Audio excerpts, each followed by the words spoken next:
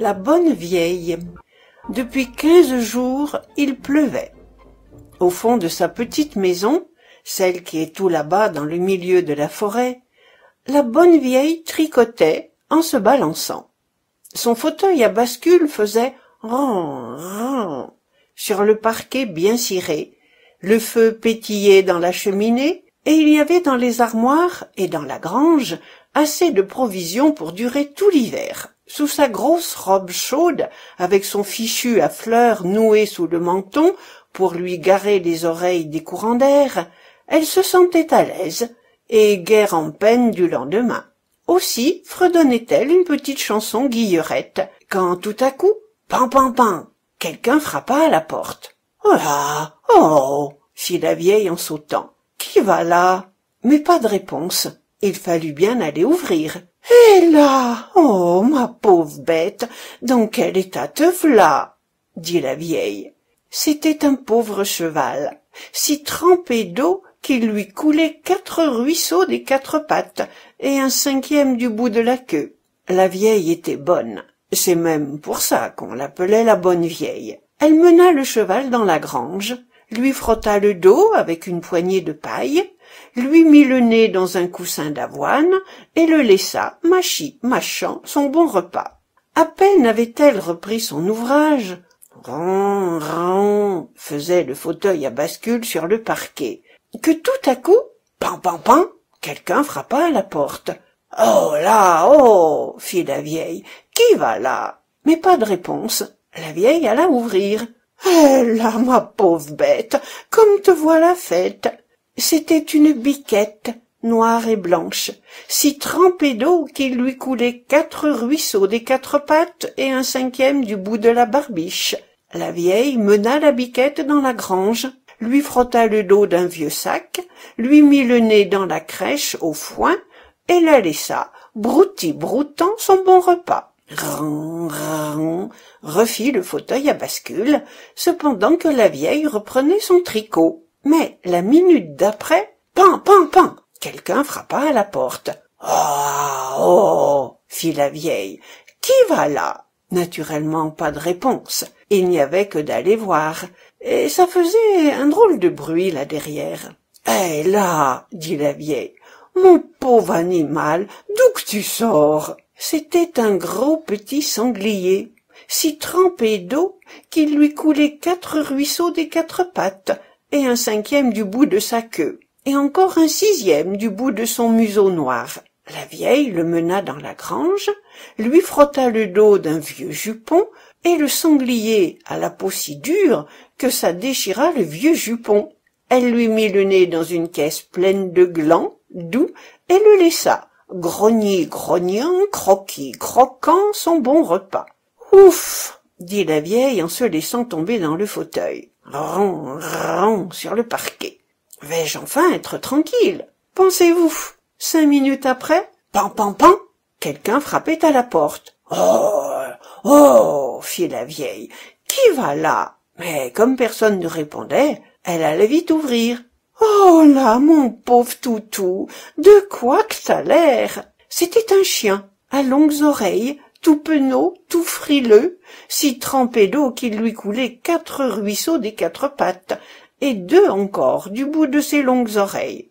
La vieille le mena dans la grange, lui frotta le dos d'un vieux chiffon, lui mit le nez dans une écuelle de soupe bien chaude, avec 2 morceaux de sucre sur le côté pour le dessert, et le laissa mangeant son bon repas. Mais 5 minutes après encore, pan, pan, pan, quelqu'un frappa la porte, et quand la vieille alla ouvrir, « Eh là, mon pauvre minet, dit-elle, qu'est-ce qui t'arrive ?» C'était un petit chat, gris, si trempé d'eau qu'il lui coulait 4 ruisseaux des 4 pattes, et encore un du bout de chaque poil des moustaches. La vieille le mena dans la grange, lui frotta le dos d'une vieille chaussette, lui mit le nez dans une tasse de lait, et le laissa, lapant son bon repas. Puis 5 minutes après, pan, pan, pan, fit-on de nouveau. Mais cette fois, c'était à la fenêtre, et tout doux. La vieille ouvrit donc la fenêtre. « Et là, mon pauvre oiseau, t'es ben arrangé !» C'était un pigeon, couleur d'ardoise, et si trempé d'eau celui-là, si trempé qu'il lui coulait un ruisseau du bout de chaque plume, et deux aussi de ses pattes roses, et un encore du bout de son bec. Et le total, je ne peux pas vous le dire, c'est trop compliqué.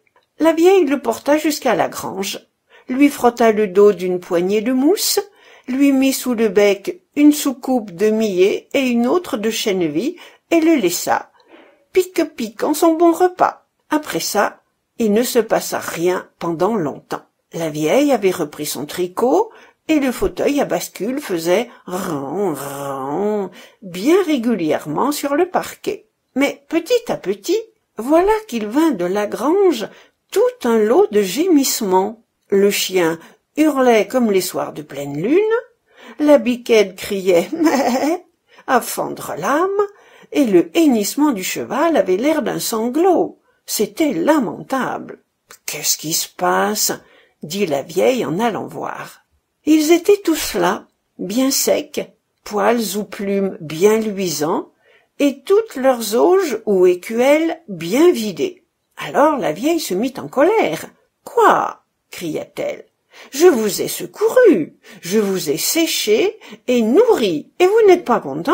Qu'est-ce qu'il vous faut encore ?» Si ça avait été le soir de Noël, naturellement les bêtes auraient pu parler et répondre, mais ce n'était qu'une nuit comme les autres, et tout ce qu'elles pouvaient faire, c'était de rester là avec leurs gémissements timides et leurs yeux suppliants. Même le chat, qui a d'habitude un petit regard canaille. Heureusement, on répondit pour eux. L'armoire aux provisions dit en grinçant « un petit peu plus que le pain de tous les jours ». Même le feu crachota « un petit peu de chaleur aussi autour du cœur ». Et le vent, qui voit tout depuis le temps qu'il se promène par tous les pays de la terre, siffla un petit peu d'amitié. J'ai dit que la vieille était bonne, mais alors là, vraiment bonne. Elle regarda le beau parquet ciré de sa maison, puis les bêtes aux pattes boueuses, et, haussant un peu les épaules, elle dit « Allons, venez ». Elle s'assit dans son fauteuil et prit un vieux livre de contes. Le chat sauta sur ses genoux, le pigeon se percha sur son épaule, le cheval s'adossa contre la cheminée, croisant ses pattes de devant, avec la biquette en face de lui. Le sanglier, qui a facilement trop chaud, se mit en travers de la porte, et le chien aux longues oreilles, avec un petit soupir heureux, s'allongea sur le tapis. Alors, levant la main dans ce beau silence plein de douceur, comme une grand-mère au milieu de ses enfants, la bonne vieille se mit à conter une histoire. Écoutez tous, il était une fois... À bientôt les amis!